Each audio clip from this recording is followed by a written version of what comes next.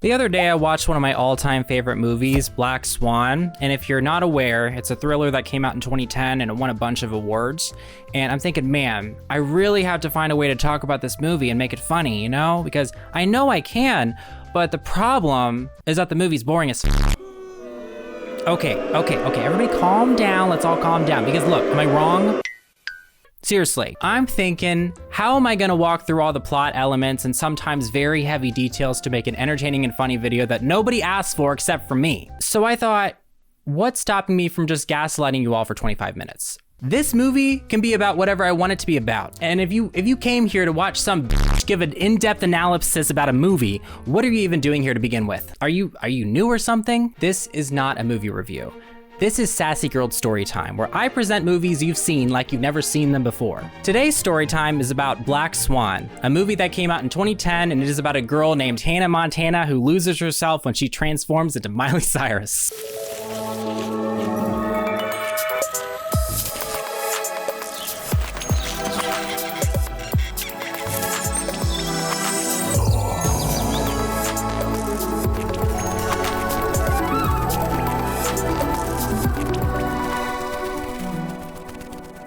This video is sponsored by buttholes. Just kidding. So Black Swan isn't a movie about the actual Hannah Montana, but I promise y'all, it's all gonna come together in full circle, okay? The movie introduces us to a ballerina named Nina who has a lot of issues, okay? She is a very sad young woman who lives with her shitty mother. And her mother is very strange and controlling. She kind of gives that like mommy dearest look. She's always giving her shit about her skin. What's that? What? Nothing. Nina, you're scratching your skin. Nina, hey, stop scratching the couch. Actually, what are you doing? Come here. The real Black Swan is the black mold sitting in your dusty ass apartment that you've done nothing about. I say that because I randomly started breaking out in hives last year and I didn't know why. And it turns out I had black mold inside the bathroom walls that had been there since we moved in like 2019. I didn't even know. Give her a Zyrtec and a cigarette. She'll be fine. One important element of the story is that she keeps seeing like a shadowy figure of sorts that kind of looks identical to her. Maybe it's a long lost twin, or maybe it's a version of herself from the future. Before I get into the next part of the story, I need to explain to you all a brief 15-minute history about ballet, which is something I would never say because that would be boring as f. There's so many shots of Nina walking and doing things. Sometimes she walks to work, and sometimes she walks to her apartment. Sometimes she even rides the subway. It's like when I play GTA and follow the rules. Nina is not very popular at work. She's not someone that you can gossip or joke around with. All the girls are kind of mean to her because she's boring, right? And it's not her fault that she's boring. Do you think that she's watched TV in the last 3 years? No, because her crusty mother was a no SpongeBob parent. It is not her fault she's boring. She can't help it. All the girls are they're talking shit about the company's star dancer Dolores, and I guess she always gets the lead roles. They're being very, very jealous, saying that she's too old and that they need to cast somebody new. No one comes to see her. Okay. And Nina kind of sticks up for her, you know, in her own pathetic kind of way. Fontaine danced into her 50s. Yeah, we know. Nobody asked. Then there's Lily, who I have a giant problem with because she's played by Miss Mila Kunis, who is complacently married to a very curious man. But that's for another video. You ever seen ballerinas prepare their shoes? I am not doing any of that. Oh man, I can't dance today. I didn't bring my scissors. I'm looking at Nina though, and I just have 2 words to say. Eyebrows and cheekbones. Sorry? If the plastic surgeon I hire in my 50s doesn't give me a 2010 Natalie Portman cheekbones and eyebrows facelift, I'm finding someone else. Everyone at work is doing their warm-ups, and just like a lot of the Disney comedies, this movie only has white people in it. We meet the guy who runs the whole place. His name is Mr. Harvey Weinstein. Coincidental name, of course. So Mr. Harvey announces to everyone what show they're doing. As if it isn't obvious already, they're doing Hannah Montana. Okay, just a bit of context if you are an uncultured bitch. Hannah Montana is the classic story of a girl who turns into a pop star by an evil curse and falls in love with a man, but the man is tricked by Miley Cyrus, who is disguised as Hannah and swears his love for her, leading to Hannah's tragic demise. Mr. Weinstein needs the lead dancer to embody both Miley and Hannah, which is a very hard thing to do because Hannah is very pure and sweet, while Miley is devious and scandalous. You could even say that she can't be tamed. Some of the girls get chosen to try out for the lead role, including Nina, and they're all very confident they're gonna get it, but who will be chosen to have the best of both worlds. Nina is very locked in. She's probably taking this a lot more seriously than any of the other girls, but she hears some commotion coming from one of the dressing rooms. Who is throwing a tantrum other than the woman that the girls were talking about earlier, Dolores, whose stage name is Dolly Parton? What? Dolly has been performing for quite a while, and as we learned earlier, the girls have been after Dolly, and now they're gonna take her throne because Dolly is way too old to be playing Hannah. Nina's feeling a little curious though, because she's always looked up to Dolly as an aunt, right? For being such a fabulous dancer, and she's always wanted to be just like her. She walks inside, she plays a little pretend, you know, she's envisioning herself in that blonde wig, and she starts stealing some of Dolly's things. Seven things to be exact. At the audition, Nina is dancing to one of the Hannah Montana routines, and she is just killing it, okay? Because she has Hannah in the bag. Everyone who is there all agree that she does the best Hannah, but can she do Miley? That's the dilemma. Can she let go of Disney? So Harvey is like, okay, cool. We knew you could do Hannah, but let me see your can't be tamed routine. And we're all looking around like, I don't know, girl, you look pretty tame to me. She gets interrupted by Lily, again, played by Mila Kunis. We also learn that Lily is the shiny new girl from San Francisco, and she is after that blonde wig, okay? So don't let that smiley attitude fool you. All of this pressure is making Nina see things. And as I pointed out earlier, she keeps seeing this figure that looks kind of like her, but it's not really her. You know what I'm saying? Because the eyes are a little bit different.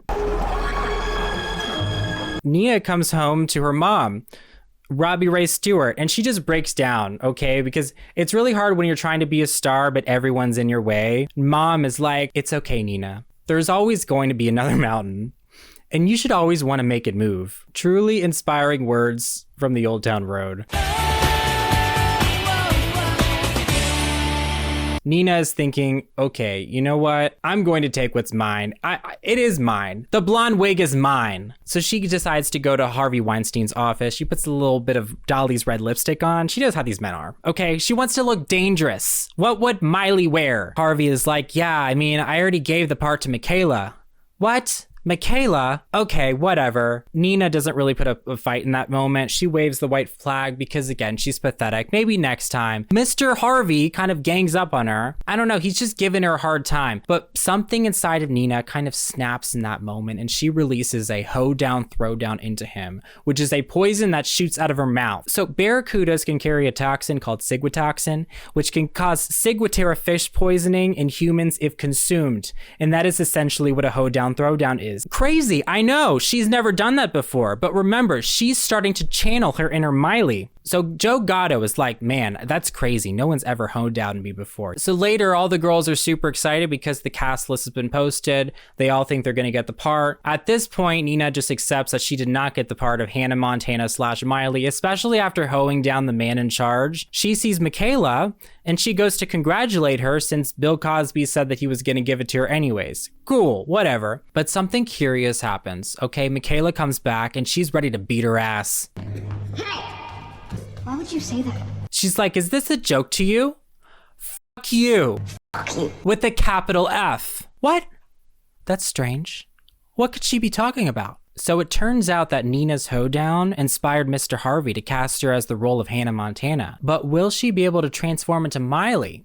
That's the real question. But Nina's so excited. Okay, she calls her mom, Robbie Ray Stewart, and gives her the good news. It's all very, very exciting. But god damn it, someone wrote whore on the bathroom mirror again. All right, who did it? Was it you, Chowder? I think it was you. Can y'all just stop it, okay? For God's sake, you assholes keep doing this every week. Nina goes home and checks her mom to see if she's home, I guess. She noticed that there's a bunch of scary, shitty art on the wall. And she's like, damn, did one of them eyeballs just move? I know I'm supposed to find her crazy here, but like, it would be impossible for me to not see eyeballs move.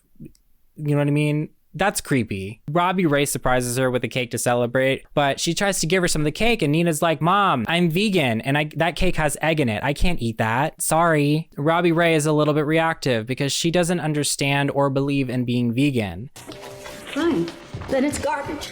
No, not. I think that's why Nina is very timid and unsure of herself, because Mom freaks out a bit, and clearly this happens every other day in some fashion. She says, Nina, why can't she just eat eggs and dairy? It makes grocery shopping very complicated for me. The next morning, Bye, Chowder. At Hannah Montana rehearsal, Nina unsurprisingly does the Hannah Montana number flawlessly. Man, I can't talk today. So Harvey says that that's great, but we got to work on your Miley persona. That evil force is pulling you that you can't escape. That's just like out of your control.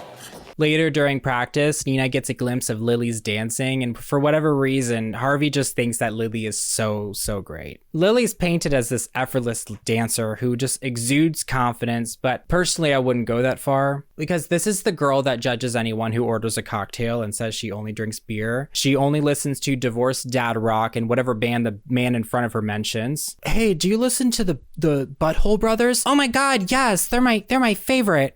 She's silly, she's fun, except when you have something that she wants, and she wants that blonde wig. Later that night, Nina goes to the suit and tie event where I guess rich people go to donate their tax write-offs to the ballet. I don't know how this works. And then while Nina's walking to the bathroom, Lily introduces herself and takes off her underwear and asks her to hang out, acting all promiscuous. Why did she get back? Oh no, come on, stay.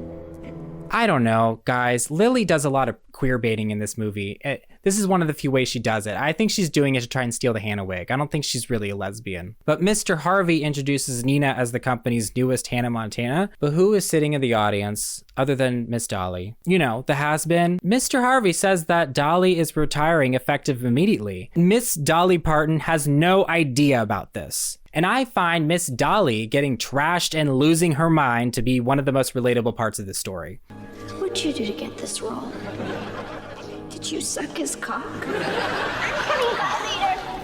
I have something for you. It's a token of my appreciation. We never find out what she brings him. And that makes me very upset because I really wanted to know. Probably a rare unseen video of her saying f***. So Mr. Harvey invites Nina over for a little chat and he's like, hey, I forgot to ask you, have you ever sung live before? Because Miley Cyrus doesn't lip sync, okay? And when Hannah turns into Miley, you're gonna have to sing live because Miley sings live.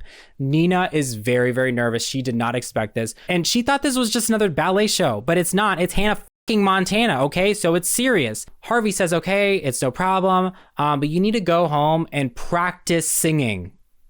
Okay, so the next morning, Nina wakes up and she's like, you know what? Let's try singing. Let's give it a shot. But she freaks out though, because as she starts, you know, belting, Robbie Ray is sitting right there and she could have woken her up, especially if she started belting a little too hard. Whew, that was a close one. It's all that black mold keeping her ass asleep. We also find out that Dolly officially crashes out. She walked into the street and got hit by a car. I mean, literally, she walked in front of a car and got hit. Okay, everybody calm down. She's not dead. She's just in a coma, maybe. So at dance rehearsal, Mr. Harvey's very unhappy with Nina because he's like, I know you didn't practice singing because you sound terrible. Like at this point, how is she gonna go from Hannah Montana to Miley if she can't even do that? So there's just a lot of pressure. It's way too much pressure. She's very nervous. Lily finds her having a moment and she convinces Nina to confide in her. She says, put your hands up and play that song. You know it's gonna be okay. Nina says, you know what, maybe it's just the black mold in my apartment that's getting to me. I don't know. Lily says, I'm sorry, I'm out of Zyrtec, but here's a cigarette. Lily kind of tries to get Nina to talk shit about Mr. Harvey. Nina, he's a prick. And then when she doesn't, Lily accuses her of having a crush on him. Well, you don't know it. Someone's hot for teaching. Which she found to be insensitive, and I do too, given how upset she is. You have an ulterior motive. Okay, I see. Nina decides, you know what? I don't have to deal with you or your fake lesbian status.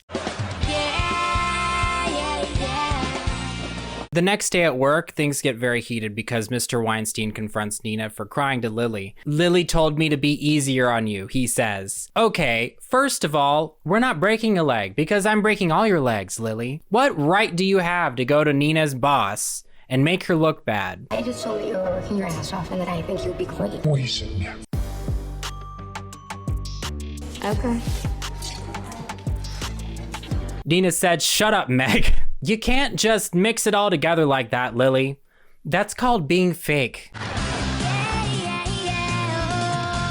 At home, Nina's kind of had it with Robbie Ray, constantly micromanaging her career. She's like, did your boss ask you to sing? Because I know he asked other girls to sing. And not only are you bad at singing, but you're literally a dancer. So I don't know why he would ask you to do that. Nina gets fed up and calls her a punk ass bitch who pretends like she eats chia seeds but doesn't. And she says, and I quote, "I looked under the sink and thought you painted a contemporary mural, but it turned out to be the black mold you caused after steaming up the bathroom with your yeast infection." Okay, pause. Their conversation gets interrupted because Lily knocks on the door and asking if Nina can eat her asshole. Few things. One, why is Lily there to begin with? Just came by to apologize. Two, how did she find her apartment?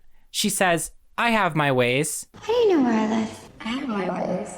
Sorry? No. That's weird. Susie from HR gave it to me. I got it from Susie in the office. If I found out that bitch Susie gave some weirdo my address, I would lose my damn mind. Don't give out my address. There's a reason why they don't have it. But Nina really just needs to step away from Robbie Ray, okay? Because her mom keeps making sourdough starter in the bathroom and making a damn mess. She's acting all fermented. Can we all just calm down for a second? I have work in the morning. It's late. We need to calm down, Chowder. Nina, come inside. My gluten structure produced too much carbon dioxide and has collapsed. I really need you to clean it up. Yeah, I'd rather hang out with a psychopath than deal with your dirty genitalia. So, Nina and Lily get some drinks at the club and tell me what the fuck is up with this interaction. Just gotta let him lick your pussy. Let me know if that's juicy enough for you. Oh, I will. You got enough cheese? So after that, Nina goes to the bathroom because her skin is acting weird again and she doesn't want to talk to that waiter. And Mom is calling her on a Nokia. She's like, "Man, can everyone just give me 5 minutes?" And then when she comes back, she sees Lily slip some treats in her drink that she didn't ask for. Yeah, I'd feed her to the creepy waiter. Cheese? But see, Nina has a moment where she's like, you know what? I see the roof. I identified the roof. I'm going to climb the roof on purpose, okay? So she climbs the roof. So they're hanging out with two guys that they just met, Zach and Cody. When Nina starts feeling the magic, right? She didn't realize that she would feel the magic this much. And Nina said, "Let's get crazy, get up and dance." You've been drinking. What else have you been doing? What are their names? There's Tom, there's Jerry. Be quiet, Nina. And I fucked them both. Shut up! I don't know what else to say except everything derails from the time that Nina and Lily get back to her place. Because I don't know how to keep this decom even PG-13, you guys. They start belting each other in her bedroom. They're belting very loud. Lily is giving her the old Pink Pony Club. Robbie Ray's banging on the door. It's just making him belt louder. And Nina wakes up the next morning. She wakes up late and Lily isn't there. And they're both supposed to be at rehearsal. All right, I'm gonna get this bitch. Robbie Ray doesn't give a single fuck. She's already emailed Dr. Phil. Nina gets to work. And who does she see in her Miley costume other than Lily the backstabbing barnacle? Break her legs. Show her who the real Miley is. Lily says, "Oopsie, did you oversleep? Lily? Why didn't you wake me up?" "You slept over," Nina says. But oh, plot twist. No. Well, his name is Tom and you got a dick. Either Nina is hallucinating that jam session from all the Magic Kingdom she consumed, or Lily is gaslighting her into thinking that she was never there. Do you trust Lily? Because I don't. So it could go either way, honestly.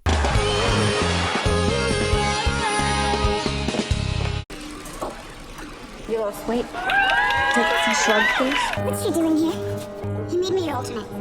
Because just in case. Nina rightfully loses her damn mind over this, and she says that Lily is after her role. Mr. Harvey says that it's all in her head because Mila Kunis doesn't even look good in a blonde wig anyways. He says, look, how about we just forget about the whole singing for a few shows? Maybe that's why you're stressed. So you know what? That does help a little bit of the pressure, but it was never about that, okay? Because the pressure is just getting to be too much. Nina has to make sure that her Hannah and her Miley characters are perfect for tomorrow's show. And she can't let Meg Griffin get in the way of that. What happened? I've got a life. And on top of that, some dingleberry turned off the lights. And Nina is terrified because she hates the dark. She typically has a nightlight at home. And I don't know, she's like hallucinating. There's a lot going on. And maybe it's from the mold or from the stress. Maybe Lily spiked her with some more treats. I don't know. She says, okay, maybe all that is karma from taking all of Aunt Dolly's belongings. So she makes a visit to Dolly at the hospital, who is not doing well, clearly under a lot of distress. Nina says, I'm so sorry, Dolly. I know that you were the OG, and I know that Hannah Montana is completely inspired by your legacy, but now this fraudulent woman and fake BFF Lily is trying to steal the wig that I stole from you. That doesn't go well. How do I tone this down? She stabs herself in the face. She overreacts just a little bit. It's fine. But you know what? Then she turns into the mimic demon. And where's the nurses and doctors? Nina gets to the elevator and, girl, did you do that? What's going on? Did no one witness this? You better pirouette on out of there, Nina. Because if you stab that bitch in the face, it only gets worse when she gets home, because she starts seeing all this stuff.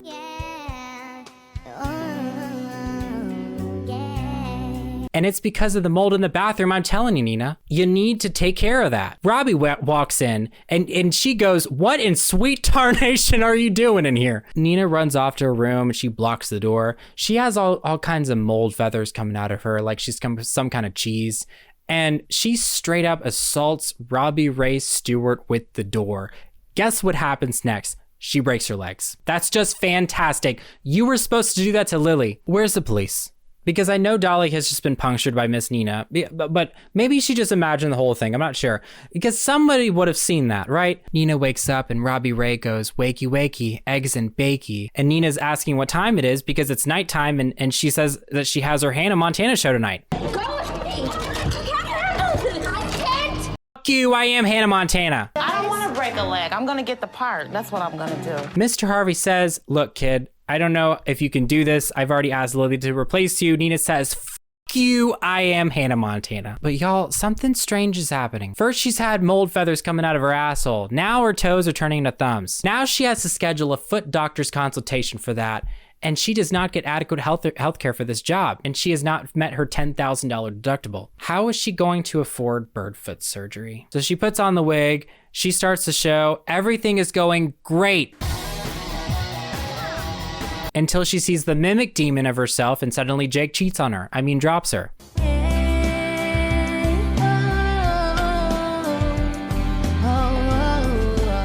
And this is very, very tragic for Nina because everyone is all stressed out. Mr. Harvey is having a meltdown. Can Nina even continue the show? You want to know who doesn't seem to think so?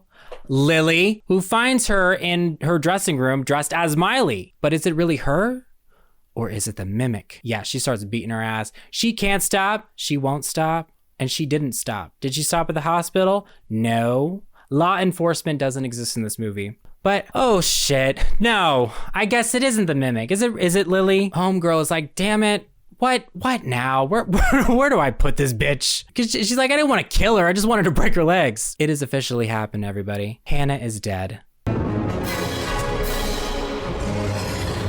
The crowd is going wild because she is embodying Miley Cyrus better than anyone else has ever done in history. And she starts shape-shifting into the hair mold ball that is beneath her bathroom sink, and the mold is growing rapidly. She is becoming the black mold. And the audience thinks this is the best acting they've ever seen in their privileged lives. But Miss Nina is on a high right now, both figuratively and literally. The last act is in 15 minutes, and she's like, okay, girl, that was great. What do I do with the fake bitch that I have laying in the shower? Ooh, let me just grab this towel and place it under here to hide it. Girl, what are you gonna do about the mirror? The cleaning people are already pissed off about the mirror lipstick that's on the mirror on a daily, weekly basis. They're all pissed off about that. They're about to lose the cleaning people. We need to have an on-site counselor, and we have way too many white girls in the same room. Nina's just pretending like everything's fine. La la la la la. But oh my God, surprise, surprise. Surprise, surprise. Lily